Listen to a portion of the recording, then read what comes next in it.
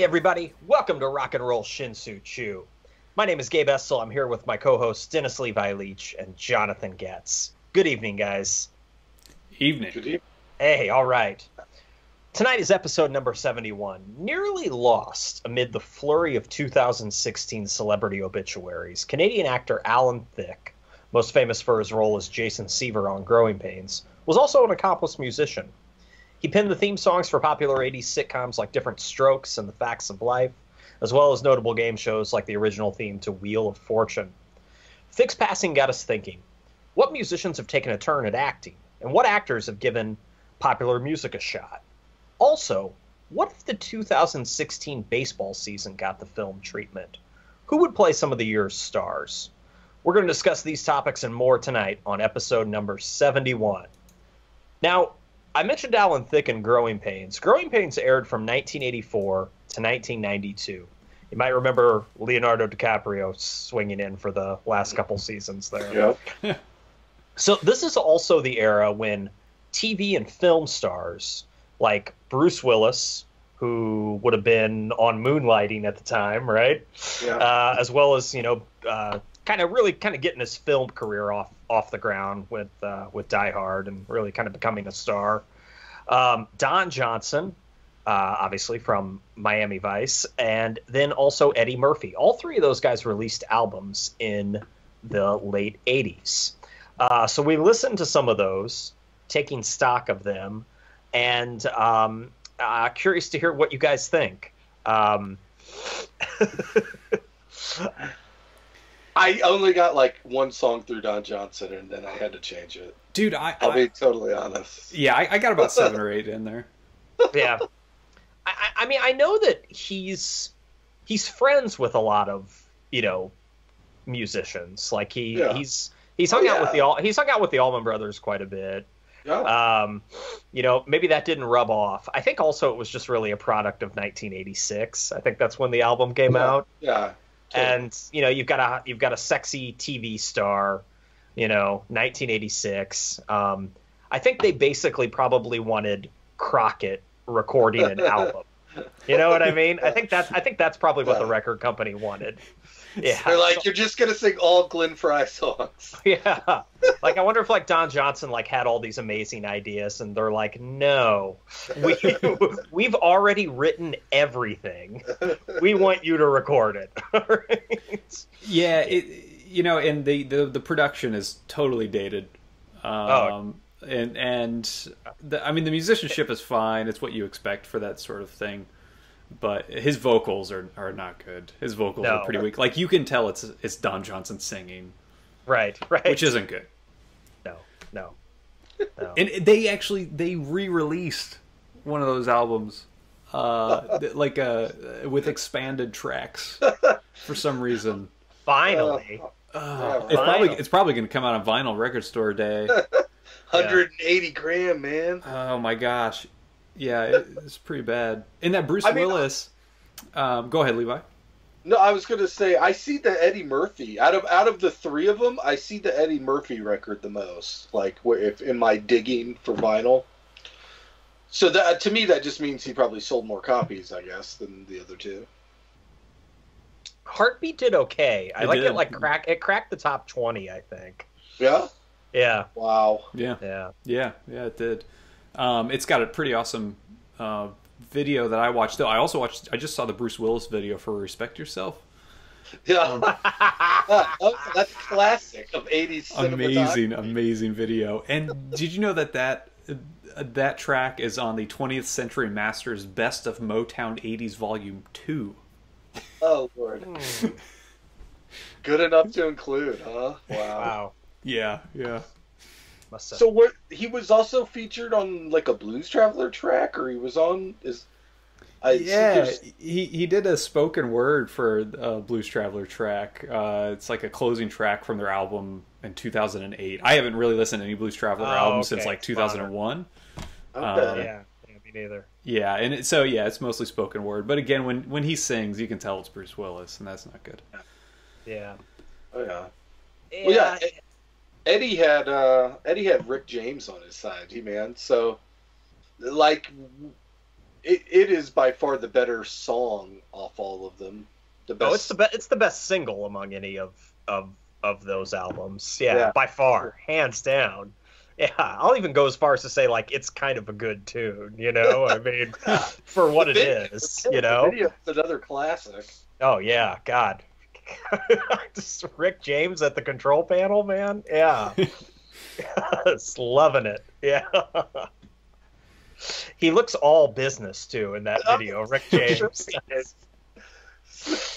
Oh, God, I'd love to, like, you know, obviously, you know, on Chappelle's show, you had the brilliant Charlie Murphy sketches, you know, from quite a few years ago now.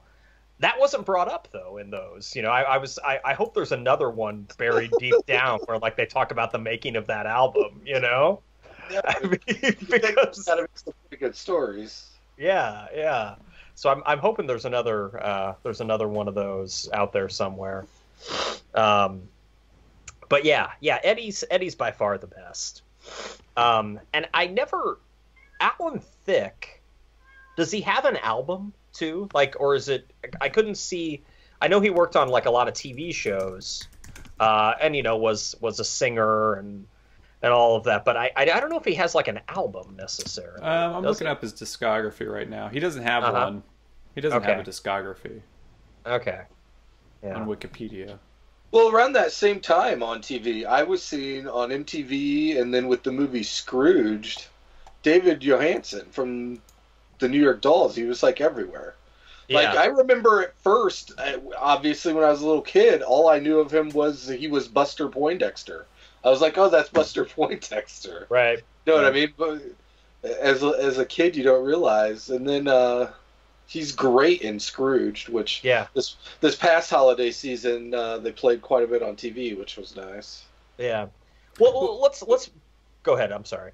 Oh yeah, I was gonna. I had a couple more actors I wanted to talk about their music. So we're talking about like, actors playing musicians now. All right. Yeah. Before we jump over, though, definitely want to talk more about David Johansen. But I did have a couple more actors. Okay. Who else? So around, after the '90s, it started to get a bit more serious, and it felt like actors started to record within their means. They didn't try to overextend themselves. You know, Billy Bob Thornton's work is fine. It's not like great. You can still kind of hear it's Billy Bob Thornton. You can kind of tell he's not a full-time singer, even though he's got a pretty unique and, you know, strong character voice. Right. But Minnie Driver, she's released a few albums and she's solid. Like you wouldn't know it was Minnie Driver unless you saw the credit, and which is often the case with these actors. It's like, this sounds like somebody I know. But yeah, with Minnie Driver, she was solid. Scarlett Johansson's was solid as well. The production's pretty good, and actually, she doesn't sing like you think she would sing. Scarlett Johansson, like you can't tell it's her, and you would think that she has such a recognizable rasp that would come through, but it doesn't. She did an album of what? Tom Waits covers? I don't know if the one I listened to had a Tom Waits cover on it, along with, you know, a bunch of other songs. I think I thought it was like a bunch of like Jesus and Mary Chain songs, something like that, if I'm not mistaken. Well, anyway. Because isn't Jesus and Mary Chain on that soundtrack for Lost in Translation? I don't know. That's like the main song. Oh, okay. Yeah. Yeah. And so I don't know if maybe we're crossing lines there. But no, it's a solid effort though. And you wouldn't guess it was her. But production's solid. And so Katie Seagal as well, from Married with Children and some motorcycle show. I think that's on Sons now. of Anarchy. Yes, thank you. Hate mail comes in. Motorcycle show. She actually released an album in the 70s with a band called The Group with No Name, which is the worst name in the history of rock and roll. Yeah. And they bailed. She bailed on that and got into acting, and released a couple more albums in the past decade, I think. And yeah, she's solid. Not great, but solid. Yeah. Another guy who I just thought of off the top of my head, we haven't mentioned, is Steve Martin. He's kind of turned his career into becoming more of a bluegrass musician. You know what I mean? I mean, he's always played, you know. Yeah, I mean, even for sure. even back in the day. Yeah, but yeah, you're right. Good selection. Yeah, he's like a credible musician too. You know. Yeah, isn't he one of only a handful of certain type of like claw hammer banjo players that are kind of rare, I believe. I don't know. I'm speaking out of school a little bit, but I don't know. Yeah, he's legit. He's legit. Yeah, he did that record, I think, with the Punch Brothers that was pretty good too, or he toured with them. Okay. Also, Zooey Deschanel as well, I think. Of course. You know, yeah, I'm a big fan of her stuff. Would be one of the I love her voice. I'm kind of noticing a pattern here that women seem to be turning in stronger performances as you know, from actresses to musicians, you know. Mm-hmm. As far as some others though, do we have any others, like as far as the actors taking a stab at music? No, that covered it for everybody I could stomach. Yeah. Yeah, if anybody out there has any others, please let us know. Post them to Facebook or tweet us.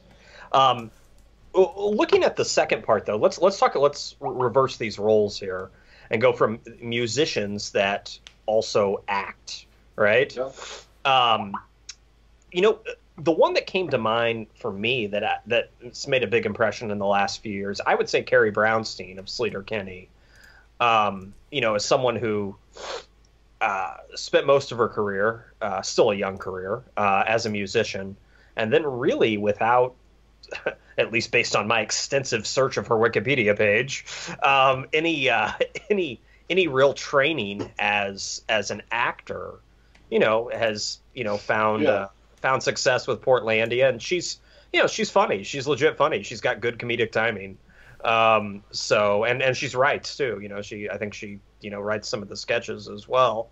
So you know, she's I think one of the stronger turns in recent years. Is it fair to say that it's easier to do it the other way, to be a musician who turns into an actor, than the other way around? And granted, I mean, this is all relative. I mean, these people are talented, and they did musicals through high school and college and acting school, and so there's always that crossover. But I would say yes, it's easier to go from being a musician to playing an actor, and that's not to. I don't mean to undermine either one of those roles. They're both skills, but I would think that with the right material and the right coach, it would be easier to become an actor than it would be for all of the years that you have to practice to be a musician, you know? Mm-hmm. Yeah. You know, at least as a passable actor, you know, that's just me. Yeah. One that I would have never thought would have turned into an actor is John Doe. You know what I mean? Like he was the bass player for the band X, who's heavily featured in, it's one of those Decline of Western Civilization movies. I think it's the first one. The first one's about punk, yeah. Yeah. And I mean, he's like a legit actor. He's been in. I remember him from being in Pure Country. He was the drummer in the guy's band, like the guy's confidant in the band. He'll always be in Roadhouse. I'll always know him for Roadhouse. Yeah. Like what is it? He was the guy that was selling drugs behind the bar where Swayze's like, you know, we sell booze here, not drugs. Which, well, obviously booze isn't a drug. Right. I did find a link to one of his Roadhouse scenes that we'll include in a playlist on the website. Pretty good. X is solid though. X is a fun band. Oh yeah. Well, you know, kind of. I'll say Dwight Yoakam as well, Doyle from Sling Blade, and then also he was in the movie Panic Room. And he's had some smaller roles. I mean, Sling Blade's probably his most well-known performance. He's done some TV movies, I think, and stuff as well. Okay, yeah. So he gets fairly regular. He's a scary dude, man, in his acting roles. Yeah, you just wouldn't guess seeing him up there on stage. doing his picking, and then all of a sudden, man. Oh, man. Like, Doyle's one of like my favorite performances of all time. So, oh my gosh, so intense. Yeah, it is. Such an asshole. But Levi, real quick to get back to David Johansen though, that is a great role he had in Scrooge, and Oz. He was in I don't know how many episodes of Oz. Okay. But I wonder if like Buster Poindexter was kind of this made for MTV character anyway, you know? Yeah, Seems like it would be. It's just like it was a natural transition. Yeah. And he was also in a very Murray Christmas that came out last year on Netflix. That Bill Murray special. Yeah, he's in that. Yeah.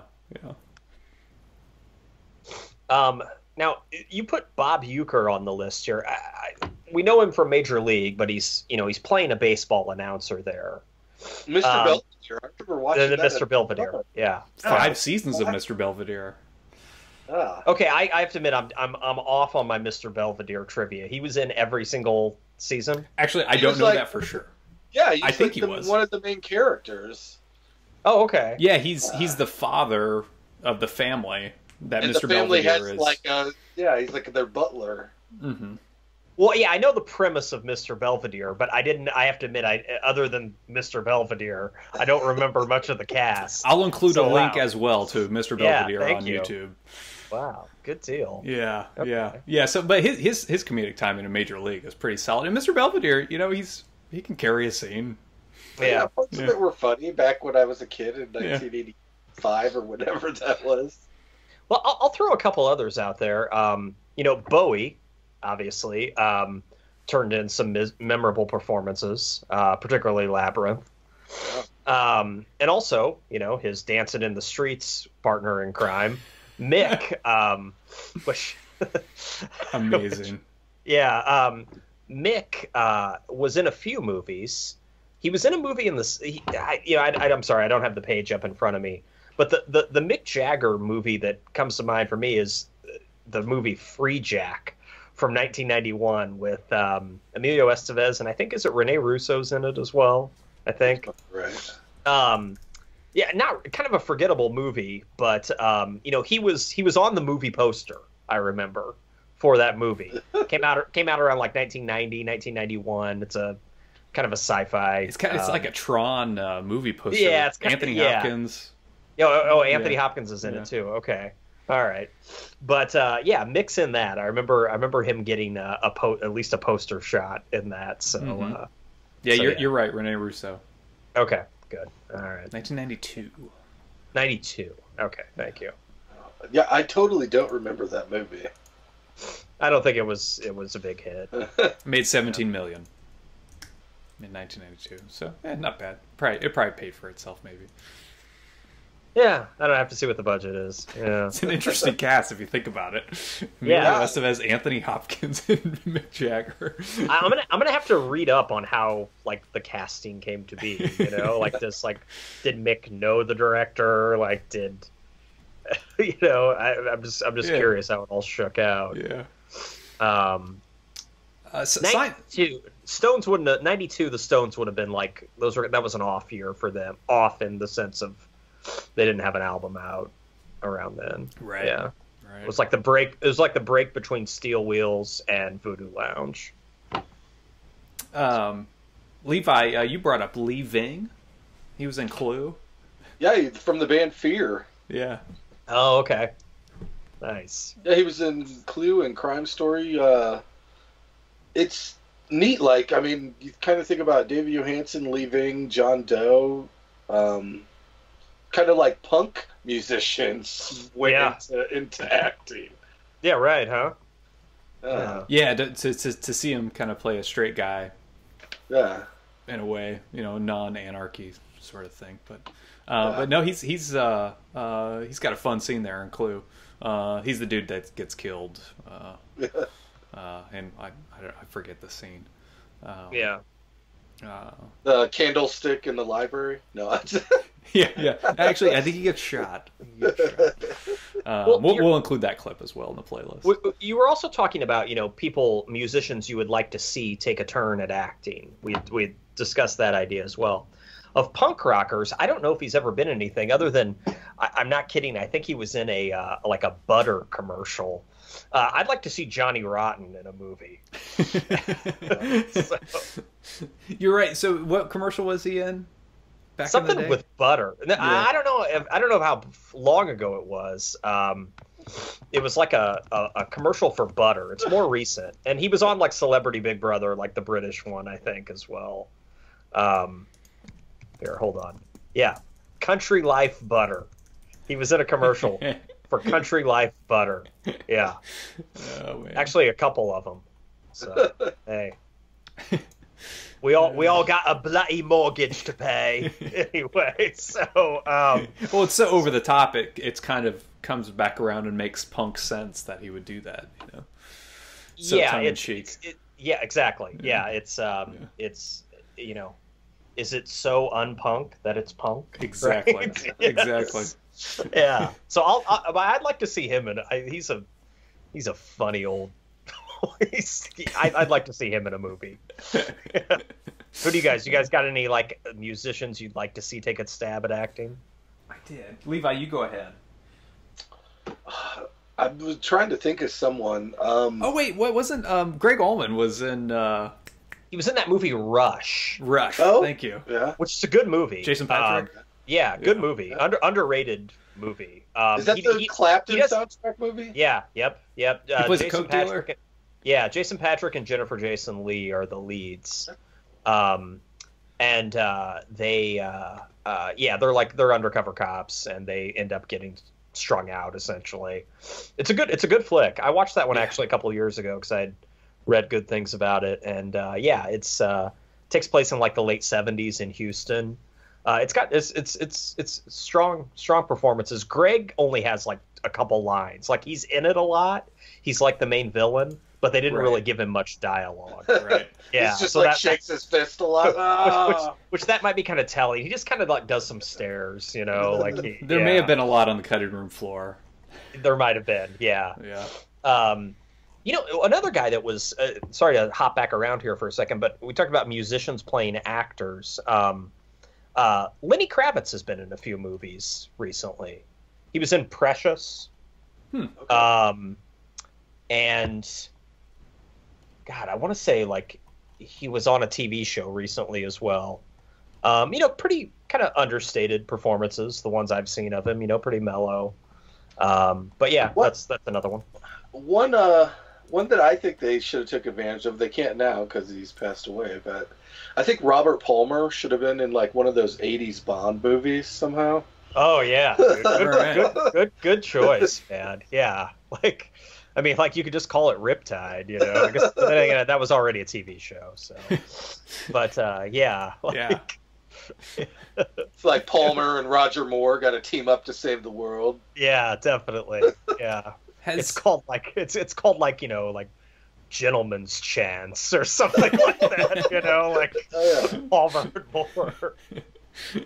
Has got to have a fancy name. I think we got to call the movie Backgammon or something. That's better. I don't even know what the hell Gentleman's Chance means. Sorry. But I don't know. I would. I like Backgammon.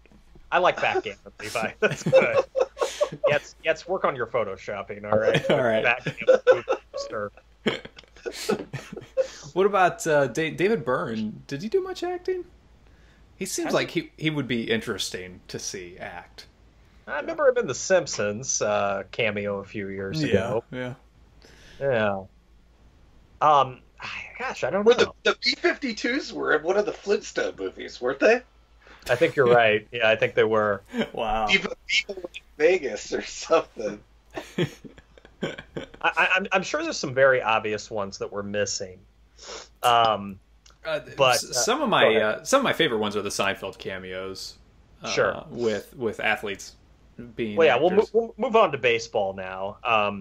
So we're talking now about some cameos that baseball players have made. Obviously, a lot of the New York baseball players during the Seinfeld era. Jeter was on an episode, right? Jeter and Bernie Williams stand aside as George is hitting home runs. It's when George gets smart because he's not having sex. And he figures out the trajectory and the velocity to hit home runs. And there's like a 20-year-old Derek Jeter standing there with Bernie Williams. And they're pretty bad. I mean, they're just like, they have to raise eyebrows. But I think the Keith Hernandez Roger McDowell one is probably the best because it involves the spit and it's like the JFK assassination. It's back and to the left, back and to the left. We'll include that in our playlist. And then Paul O'Neill was in a Seinfeld as well, right? I believe so. Yeah, it's where Kramer promises a sick kid that Paul O'Neill will hit him two home runs. And so he walks in the clubhouse. He's like, "Hey, I told this kid you'd hit him 2." He's like, "2? What'd you promise 2 for?" And he's like, "It's hard to hit home runs. He does an okay job." He's like button up his shirt. But yeah, we'll include those in the playlist. Well, I got one for baseball that I thought of just a few minutes before we started recording. I must kill the Queen. Reggie. I must kill the Queen. Reggie Jackson, yeah. As an angel. Yeah. Which was weird. Like 89, I think he would have been retired. So like, yeah, they put him in his last team uniform. Basically. Like recently, he would have been like recently retired. Oh, interesting. I'm guessing Reggie stopped playing like around 86 or so, something like that. 87. Yeah. So I'll look that up. This can be easily verified. Yeah, I mean, because that is definitely one of the most famous baseball acting scenes. So Reggie played in 87 for the A's. He played for the Angels from 82 to 86. Yeah, and then he played his last season in 87. So Naked Gun came out in... I think it was 88 or 89. 88. So that's really interesting that even though he played for the A's, like, does the Naked Gun actually take place in 1986?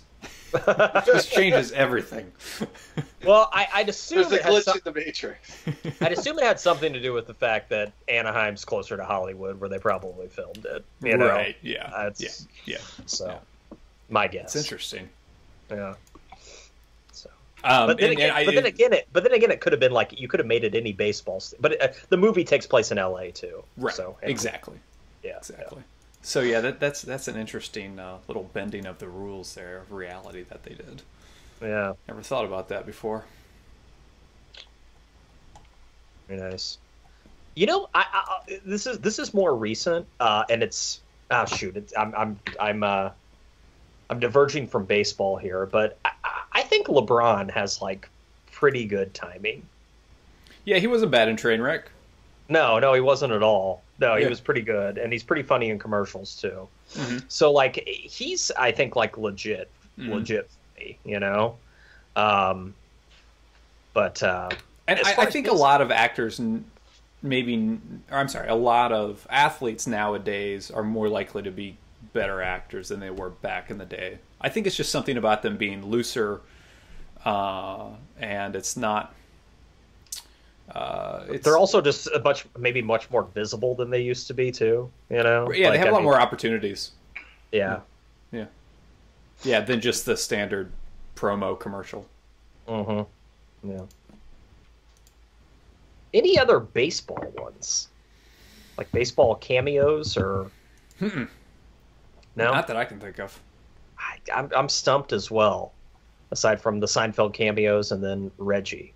Yeah. Oh, I'm sure that there are tons. But for me, those are the most memorable. Yeah, absolutely. Well, now let's turn our attention to casting the 2016 baseball season. And what we mean by this is, obviously, memorable year with the Cubs winning the World Series. Is there anybody that you'd like to see play the Cubs players? And also, or the Indians, and I've got a couple that are just stories from 2016, baseball stories that aren't the World Series. So cool. Yeah. Well, yeah, Go I ahead, came up with quite the Cubs list. My movie is going to be a blockbuster. We're going to have to put some money into it. Yeah, there's no budget on the casting. This is a pricey cast, huh? Yeah. All right. Joe Madden. I had auditions. It was tough. It's between Edward James Olmos and Ted Danson. If they made it. Right? And so I ended up giving the role to Edward James Olmos. I think he would be the good Joe Madden character. And then interesting. Yeah. Yeah. Theo Epstein I have being played by Michael Shannon from Boardwalk Empire. Good. Yeah. I thought he's got the look. And then so we'll start with like Chris Bryant. I think Chris Pratt would make a good one. That's actually a downgrade for Chris Bryant in terms of looks. And Chris Pratt's a good-looking guy, but so is Chris Bryant. Yeah, Chris Bryant is he's like an underwear model who plays third base. So totally. It's tough to cast for. And all of these casting, it's the usual Hollywood upgrade in looks. So except for in that example, it's gonna Anthony Rizzo, I was gonna have played by Miles Teller from like War Dogs. Oh, okay. Yeah. It looks like him. Yeah, he'd have to beef up, but yeah. Addison Russell, I was going to have played by Donald Glover from Community and ATL. Oh, yeah? All right. Nice. David Ross, I thought, would be played really well by Jason Statham. Ooh, I'm combating that one with my own, but go ahead. Zobrist, I have played by Christian Bale, the beard, the goatee. All right. Javier Baez, I went with Mario Lopez. It's only like a 30-year difference in that one. I like it, man. AC Slater. Right on. John Lester, I was going to have played by Jason Lee. All right. It's an interesting choice, I know. Arietta, I thought would be played by Ryan Reynolds. I thought because of the goatee and stuff, he's got the facial. Similar facial features, yeah. And then for Aroldis Chapman, I came up with Michael B. Jordan from Creed and from Friday Night Lights. Fantastic Four. Yeah, he was on Friday Night Lights too. Yeah, good. Well, so I tried to get most of them. I couldn't think of anybody really for Schwarber. I had a hard time. Like I was trying to think like who could play Schwarber. That's tough. Yeah. It was. I had for David Ross. I had Chris Bauer, who played Frank Sabatka on The Wire. Oh yeah. Because he's kind of bald, and he's like still 10 years older, but yeah. Sabatka, right on. Go ahead. That would help save on the budget. Yeah, right. A little bit. Yeah. Levi, I also had Brad Pitt for Ben Zobrist. They have a similar jaw. They do. And I even went front office and casted Alec Baldwin for Tom Ricketts. Nice. The comb over. I've got one here. The Cubs player. This is the only one I could come up with. Carl Edwards Jr., the lanky reliever. I've got Jay Farrow, who was on SNL. He's not anymore. I've got him as Carl Edwards Jr. Yeah. I like it. I also cast Ryan Reynolds, but for Paul Goldschmidt. I have similar eyebrows. Paul. On Arizona. Okay, all right. Yeah. Sorry. Yeah. Oh, can we move on from the Cubs? Yeah. Go ahead. Go ahead. Yeah. Oh, wait, one more Cub. Kyle Hendricks, I casted Eli Manning. He's got to hang up though. Soon, right? Right. Eli's been in commercials, I think. You're right, yeah. Noah Syndergaard, obviously Thor, Chris Hemsworth. Jake Odorizzi, Daniel Radcliffe.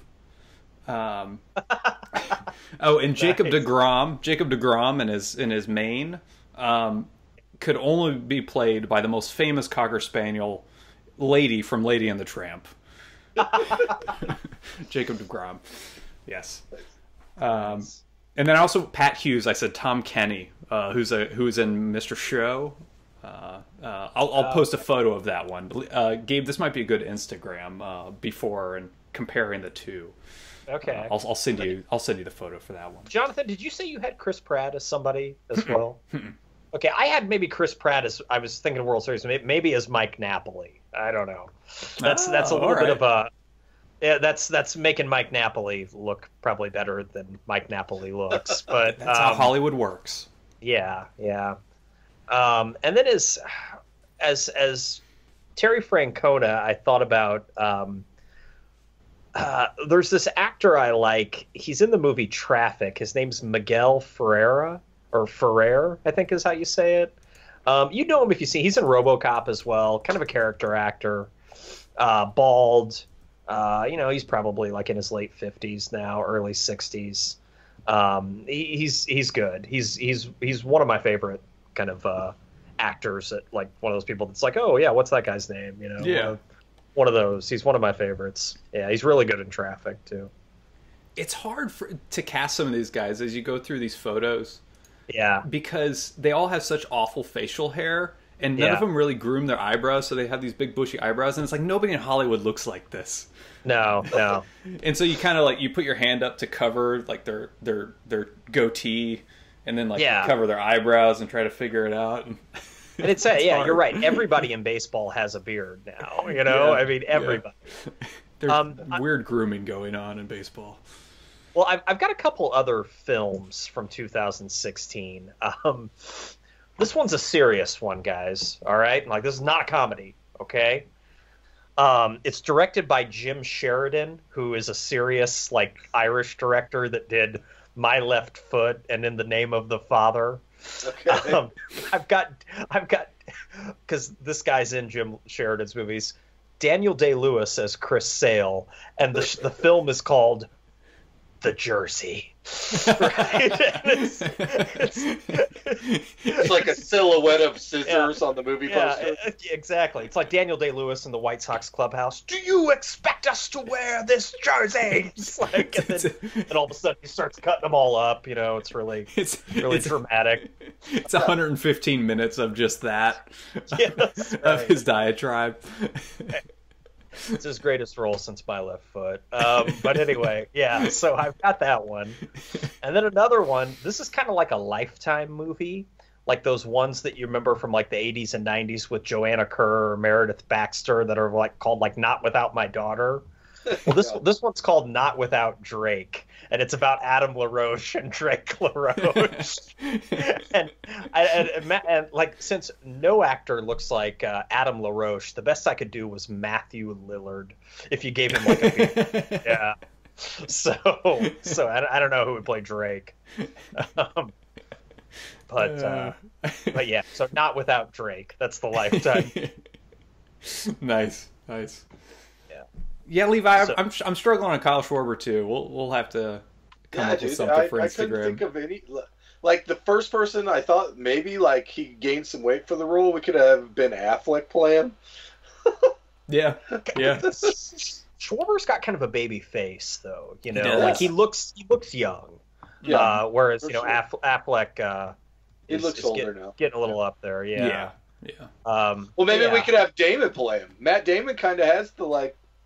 I think if you had Matt Damon eat some more cheeseburgers, maybe. Yeah, we got to bulk Damon up for this role. Yeah, that might work. Yeah, maybe. You know what? I was looking back. We actually talked about sort of similar. We talked about movies and baseball and movies and music in our way back a couple of years ago now in episode number 9. So we'll post a link to the Rock and Roll Shin-Soo archive episode number 9 as well. It's just a classic. It's a classic. It's a good one too, man. I listened to it. Yeah, we had a lot of we did rock biopics that we'd like to see as well as baseball movies we'd like to see. Nice. So good stuff. Yeah, excellent. Well, as far as I think that pretty much covers us tonight, guys. I'm sure we missed some. They could let us know. Let us know. Please let us know. Yeah, post to Facebook or tweet us or Instagram at Rock In Chew on Instagram and Twitter. That's Rock In Chew. In as in not without my daughter. This Thursday night.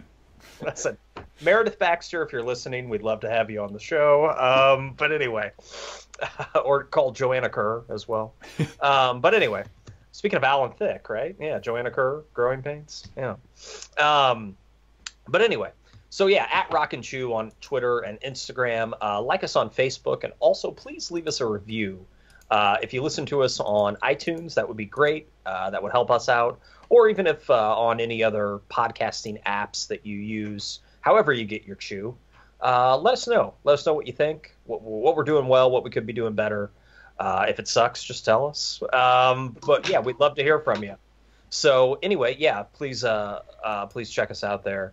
And also, finally, if you go to rockchew.com, you can find all of our episodes as well as cool video clips that relate to the episodes. We'll be posting some clips of these performances by actors and musicians as well. I've got a really good one I found of Alan Thicke opening the 1989 Sky Dome in Toronto. It's amazing. It is. Yeah, you'll watch it and you're like, wow, this was a real thing. Even though it was filmed in 1989, it definitely has a 1970s variety show feel to it. But yeah, it's pretty wacky. So that was a fun one that I found. But anyway, so yeah, check us out at rockchew.com. You can find everything there, the episodes as well as a lot of cool stuff that we've discussed. Until next time, good night. Peace. Bye.